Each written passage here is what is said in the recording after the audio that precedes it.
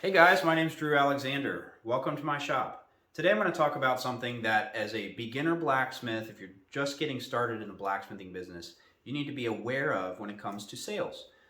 It's really easy to think that we have to chase down every job and work for every client. But I'm here to tell you that that's not true. You get to decide who you want to work for, how much money you want to make, and what types of jobs you want for your portfolio. Not every client is your client. And today I'm going to teach you 10 questions to ask to qualify those clients. Now, before you can even qualify a customer to talk with them about this potential project, you need to get a time commitment. Too often we get caught off guard by our potential clients. Maybe in a social media comment, a text message, a phone call, or even face to face, they come to us and they say, how much would you charge to make that knife?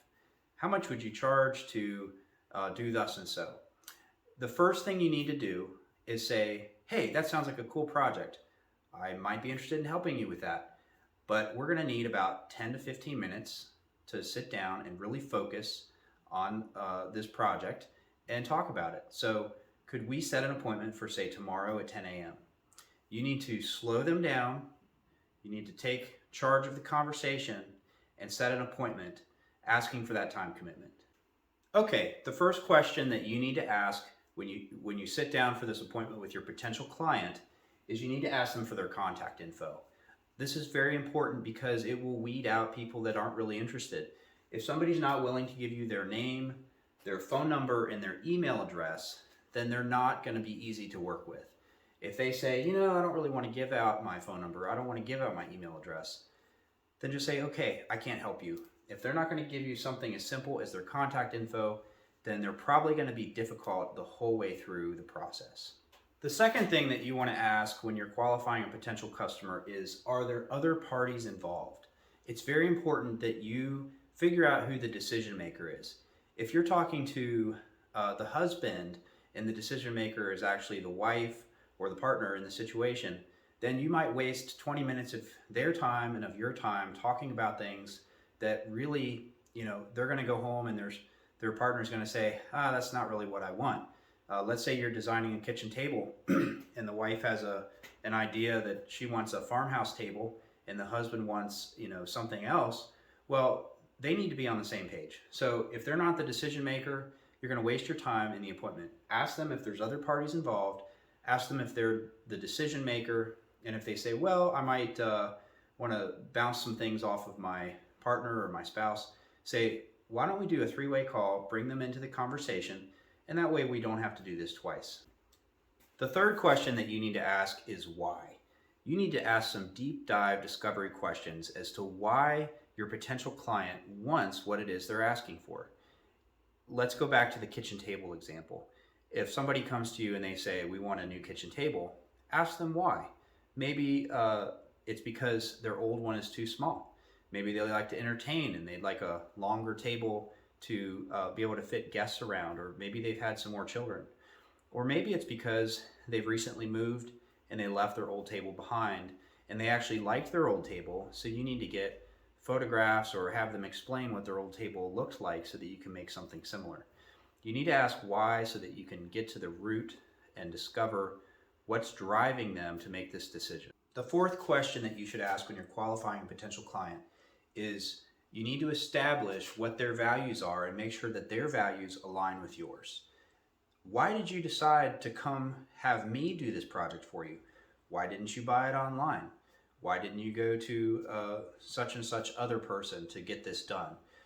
Figure out what their values are, figure out why they came to you, and this will give you more leverage later when you're trying to actually close the sale. If they value locally made, things that are high quality, maybe the materials are ethically sourced, these are all important things to know. If the client doesn't really care about those things and they just want to get the best price, that's going to come out when you try to figure out what their values are, what is important to them. It's very important to know this. The fifth question that I ask every potential client is, how will your life be better? How will your life change from before you get this to after you get this? What's emotionally driving that person that they feel that their life will improve once they get this product? This is very similar to the why question from before, but this is from a little bit different angle. I think it's important to know how it's actually going to improve their life, because ultimately that's what we're trying to do, is improve people's lives. Okay, the sixth question that I ask every potential client is, what if you don't? What if you don't decide to buy from me? Where are you going to buy this? Let's go back to the kitchen table analogy. What if you don't decide to buy this table from me? Do you have any other place to go? It's important to ask this question because it helps people think about their options, and it'll also sometimes reveal that maybe they're actually looking at a competitor. A lot of times when I ask this question, they'll say, well, we are getting prices from 2 or 3 different people. And that's very important to know also. Number 7, what is your urgency? It's important to ask each client when they need the product or service by. If they tell you at this point that they need it by April and you're booked until July, there's no point even going any further. You need to ask them when they need it by and make sure that their timeline aligns with your timeline. I try to ask this early in the beginning, number 7, so that you can get this out of the way before you get to more important things like maybe details of the project. Okay, number 8, and number 8 is probably the toughest question for people to ask and to get answers, but it is absolutely essential that you get an answer from each client about what their budget is. Ask them, what are you expecting to pay for this?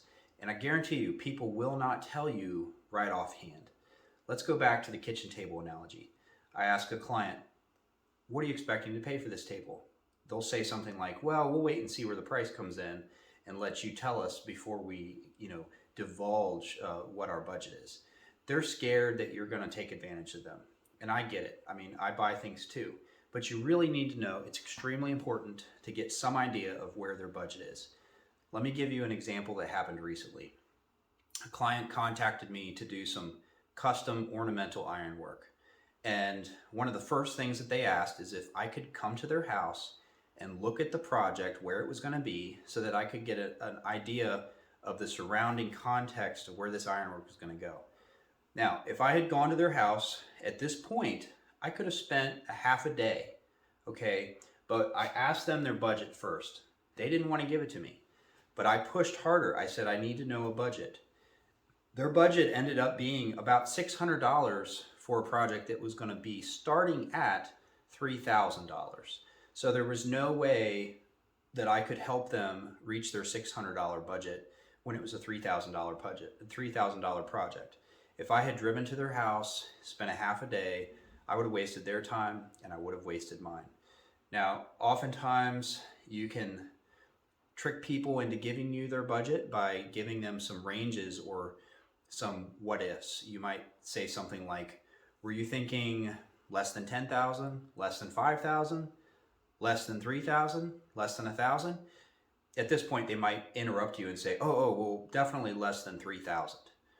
So then 3,000 is their top dollar. Something else that I have learned when it comes to budgeting is that if their budget is a little low, don't let that scare you. I found that I can typically close people on up to 50% more than their budget. So if somebody says that their budget is $3,000, a lot of times you can close them on a design that's actually $4,500, so about 50% more. If they're double or more, let's say they say 3,000 and it's going to be double that, I'll tell them, I'll say, before we go any further, this is definitely going to cost about twice your budget. Or, I'll tell you, my first impression is that your budget is pretty low, and start to talk about it. Do this before you get into the details of the project, because you don't want to waste their time and you don't want your time to be wasted either. The 9th thing that you need to make sure when you're qualifying a customer is that they are committed to getting the ball rolling and getting started on the project. I require a 50% deposit on every job that's less than $10,000. That means that if I say the completion date is 3 months from now, I'm not going to build the project and then wait till the end to get any money. I ask for 50% up front. So once we decide, yes, this is the direction we're going to go, I'm going to ask for 50% down, and then once the job's completed, I'll get the other half. So ask them, if we decide, I say something like this, If we decide that the plan is right, the budget's right, and you like the design, are you prepared to put down a 50% deposit, yes or no? A lot of times someone will say, well, I don't actually have the money right now to put a deposit down. That's a red flag. They may not be your customer. Or they might say something like, well, 50% is about $1,000, so I'm not going to have that for 2 or 3 months.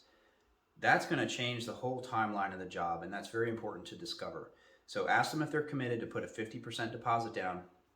Find out if they have the money for the deposit in the beginning so that it doesn't come about to bite you after you've put a lot of work in the estimate for the job. Okay, number 10 is when we finally get to the design portion of the qualifying of the customer. This is where you dive into the design of the project.